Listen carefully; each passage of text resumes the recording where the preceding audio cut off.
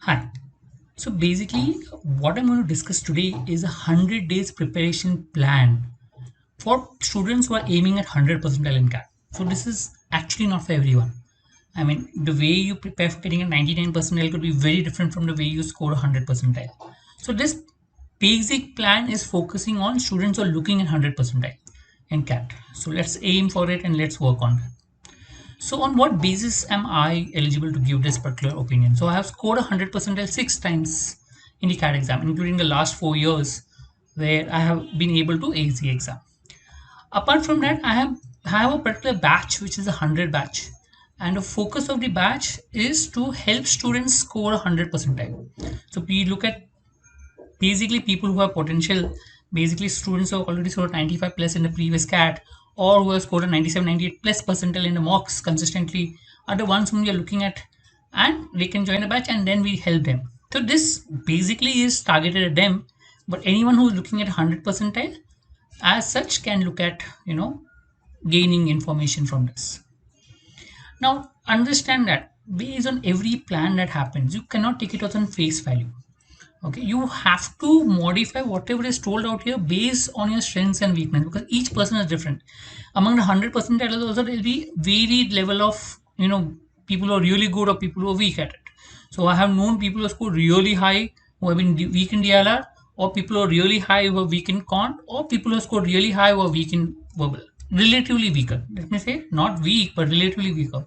So you need to spend more time on your weakness, because that is where the chance of gaining marks is much more, right? That is, but again, plan depending on time that is available to you, depending on what your condition is, what you are comfortable with accordingly. So assumption. Here we are assuming that you already covered your basics in syllabus. So you're into the mode of starting with the mocks. So are you started with the mocks, or you're going to start with the mocks? You can give at least 4 hours a day for preparation. Yes, and if I want to prepare for CAT last 100 days, I'm expecting that 4 hours of a day for preparation for the CAT. You can't expect it. I'll just give 2 hours. You'll be able to crack in 2 hours. I'm not saying no, but 100% time, minimum 4 hours is what I expect you all to give for the exam. So plans. So I'll just broadly make a mock plan, con, DILR, verbal as to what you need to do in each of these cases. Broadly, I'm not going to details of daily plan, but I'm just going to give you a broad as to what you need to do. You are good enough, and I'm sure you'll be able to flexibly manage your plans accordingly. So let's start with mocks. Okay, the 14 weeks. Let me say. So approximately 14 weeks from now on to the examination. The first 2 weeks, I would expect to write 1 or 2 mocks a week. Okay, total will be around 25 to 35 mocks in these 100 days. So first 2 weeks is 1 or 2 mocks a week. Next, you can slightly maybe consistently solve 2 mocks a week. I mean, you can solve more than that, but I'm normally not for solving too many mocks, because I feel you need to keep on improving at least in the initial stages. Then maybe you can move on to 3 mocks a week in the next 6 weeks, and then taper down again the last 2 weeks to 2 mocks a week. Okay, that's how you could generally plan the 14 weeks in terms of number of mocks. Again, number of mocks could based on your comfort level and what you are. You feel that you're already good enough, you can solve more mocks. There's no harm in that. If you feel no, I still need to work on some areas, then it makes sense to spend some time on preparation and less time on mock. Okay, that's how. So modify it based on your comfort level, but this is a broad plan that you can accordingly go about. Now, most important thing is mock analysis. So spend at least 6 hours per mock in the initial stages. When you're not analyzing the initial few mocks, you need to get used to what it is. Spend 6 hours per mock at least. Okay, every question we have solved, not solved, got it right, got it wrong. Go to every question and try to understand what it tells, what it not. Focus on the strategy, work on the strategy, everything.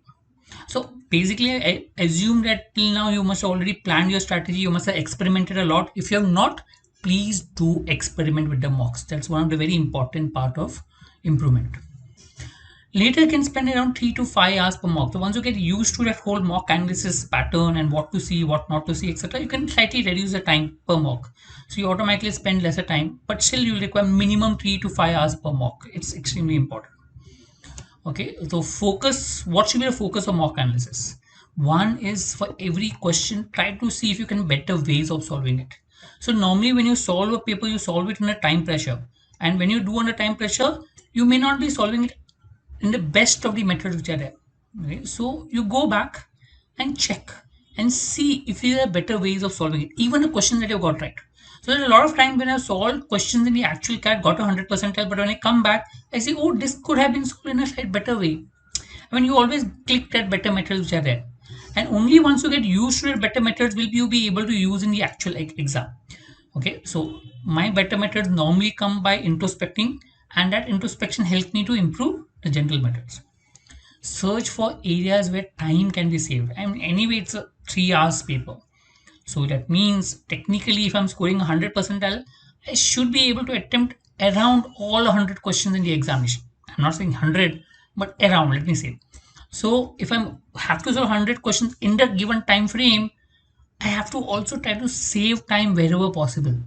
I mean, it's always good to solve a section in 50 minutes than maybe in 1 hour, because that 50 minutes gives me a 10 minutes buffer time that will help me to go back to questions which I'm left or which I'm not sure about and get, see if it's right or wrong. So try to see wherever you can save time. It helps to score better and gives that buffer time just for, safety purpose. Identify areas that can be worked on. So once you do mock analysis, you see, oh, this is a topic which I feel I need to work on it. So go back and work on. So I solved a DI set, say maxima minima. I was not comfortable with the maximum minima sum. So I need to practice a few more type of sums of that type. Go back and practice few types of that type of sums. Okay, or maybe in RCs my accuracy was not good. Why?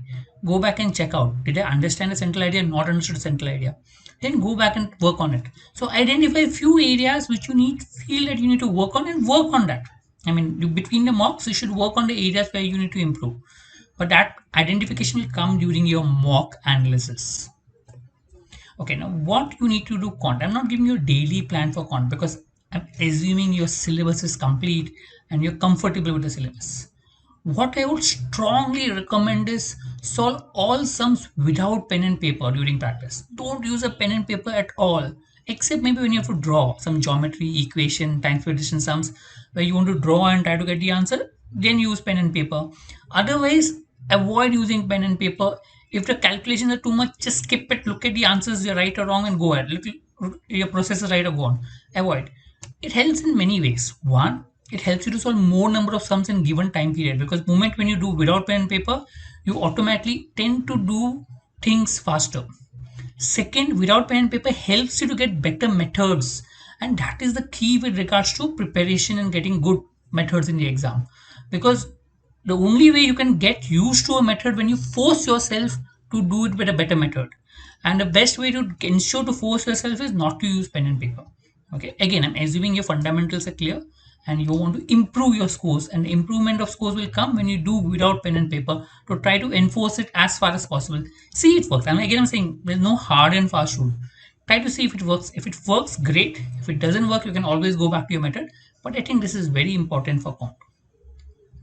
Once you have solved, okay, go back. So I solved a sum, a good sum.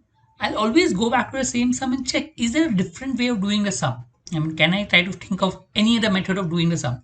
That gives you flexibility in the examination. The moment you have flexibility, a specific sum that is given the exam, you can always work on different methods and see which method can be used. I mean, normally what happens is a specific sum in the exam, I try by one method, I don't get it. I try by second method, I don't get it.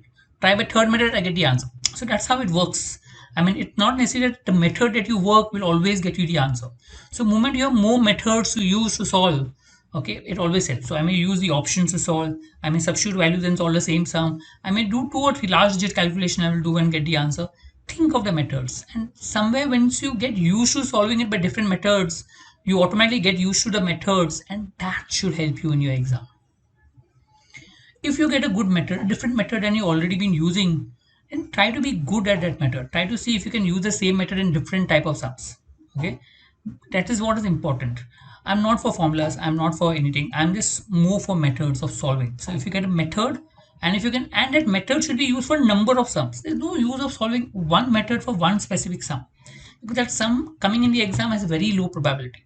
But if you have a method, that method should be able to solve in every sum. For example, there's a method called ratios, and the ratios can be used in time and work, it can be used in time to distance, it can be used in number of sums. That is the skill set that you need to build. Then In the end, you need to remember only a few methods, and that few methods will help you to solve a number of sums in the exam, right? Don't get into that formulas for every type of sums. It just clutters your mind and makes you slow, because in the exam, may work, may not work. I mean, few formulas, important ones, you can look at it. But coming to DILR, yeah, DILR has been a problem for a lot of people. I've seen even 100% getting quite a low score in DILR. But yes, that's one area you need to improve on. You can improve on by constant work. What I recommend is, after solving each set, check out your processes, right? The process has to flow in the exam. So I have a question, I read the question, I put the data down in the paper, I analyze the data, start the sum, solve the sum, and I look at the answer. It has to flow. If this process is not followed when you solve the set, it was not a free flow, you must have got stuck somewhere. Why did you get stuck? What was the flaw in the process? Find out the process itself. That process has to be a clean process that should go on. And if the process is not clean, then go back and see in that where did you have a halt and what did you go wrong. For example, you took more time in starting a sum, then go back and check out why did you take more time in starting the sum. So if similar sum is given, how would I start the sum again? Or you took more time in reading the data itself, so why? Or you took more time in writing down the data. So go back and check whether your process is optimum. If not, work on the process and try to work on it better. Check if you can solve by alternate methods. Even in DLR, you have multiple methods of solving similar sums. Again, more methods helps you to give flexibility. See if you can solve the sum in alternate methods. You may not always get alternate method, but trying it always may help to get that flexibility required in the examination. To work on it. Identify areas where you can save time. Look, remember, in the exam, if I'm looking at 100 percentile, I should be at least be in a position to solve 8 sets. Okay, 8 sets in 1 hour. Okay, which is 7.5 minutes, whatever, in per set.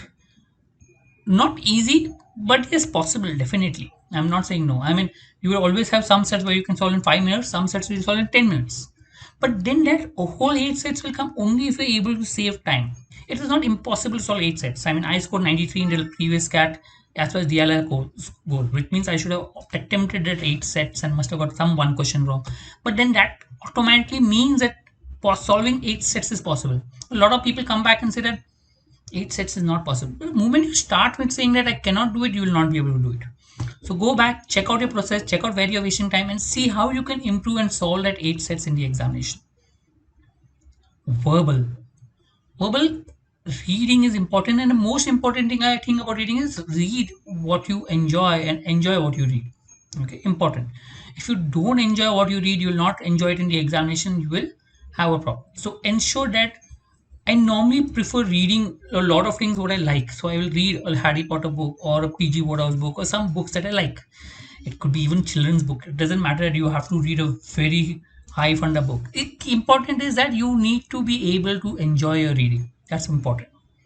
But apart from that, I would also recommend to read one article from international magazines or newspapers, because if you see the past RC patches, I've put the video on RC patches in the past. They're all from some international magazine or newspaper. So if you can just read at least one article, apart from the other reading that you do, at least one article from the international magazine or newspaper, that should help. Because look, understand, your most of your syllabus is RC. Apart from RC, you also have para summary, etc., which is purely based on reading. So that helps. So read helps. Can practice jumble pair and odd man out. They require a different type of skill set, like connecting, other things. So practice that separately and try to be good at it. Keep jumble pair in the end in the examination. But yes, do practice. I mean, every mark counts, and if I'm looking at 100 percentile, I might as try to score everywhere wherever possible. So jumble pair and odd man out has to be practiced separately. Daily schedule. Suppose I'm solving a mock on a day. Ideally, I would say spend 3 hours on a mock, say approximately 4 hours on analysis, but ensure that you read every day. Reading is important. Reading not only helps you for verbal but also helps you for content DLR, because understanding sums, you're able to better understand some if you're able to read better. It improves your language skills. So ensure that you read every day no matter what you do. 1 hour of reading I would recommend strongly. When you're not solving a mock, practice that quant in a DLR sum. Maybe 2 or 3 hours of quant, 2 or 3 hours of DLR. The way I told you earlier, pick up a sum and try to solve that. So preferably from the mocks, because they gives you more variety of sums. That helps. Not from the books, but maybe preferably from any of the recent mocks that are there that could help you as such. And 2 hours of reading on and off more, because now you have more time, so maybe you can spend extra time on reading. Reading is important. Again, it varies on what your strengths and what your weaknesses are. Accordingly, plan your day. Additional tips. Now, these are what I talked about preparation, but some additional tips that I would give you. Ensure you don't study your study. Don't burn yourself out. That's the worst thing that you can do. You have to enjoy your studies. So if you keep on studying and you burn yourself out, doesn't help. So try to take breaks in between. A regular break in between always helps. So that means you study for 2 hours and take a break of half an hour. Again study for 2 hours, take a break for something. So half an hour, 1 hour, 2 hours, whatever break you have. Take ample amount of break as far as possible. Inculcate hobby or something that you enjoy doing. So you like painting, please paint. You want to write something, do write. You try to get into something. You want to like to exercise, do exercise. I mean, try to inculcate something that refreshes your mind from cat. So moves your mind away from cat, gets you refreshed, and then you can come back. That helps really. So refresh your mind as far as possible. Create a hobby, and that hobby may actually help you in your interview stage also. Okay. So, but don't look at it as an interview stage, but focus more on trying to refresh your mind between the have a group of friends. I mean, there's always ups and downs when you prepare for cat. I mean, there'll be sometime where you feel knee horai, sometime you feel happens. So in that case, it's important that you at least discuss with friends, whoever you have. So I had a student of mine. His lowest marks in the mocks came during the week of the cat. So in the mock week itself, he had the lowest marks in his mocks, all the mocks that he had given, and it was quite low. Okay, and so then you need someone to discuss through. I mean, he was planning to do that as the last mock, but he was not sure he would write one more mock or not, because it didn't work out as he planned. He planned like, let me write a last mock and let me stop writing mocks. But that last mock proved to be a disaster. Okay. Then you need someone to talk to. So he had someone to talk to. He scored a 99.92 percentile in the exam. Okay. So it helps if you have someone to talk to, work on what to do, what not to do. Anything with regards to not only a mock sum. So I have a sums in DLA, or DLA my strategy is not working. Can I talk to someone regarding the strategy? Can I talk to someone regarding the exact problem I have? Helps if you have. One friend also will do. A few more friends also will do. Don't have a big group at a time, but yes, someone where you can throw your ideas and get things out. Right? I hope this helps. Thank you.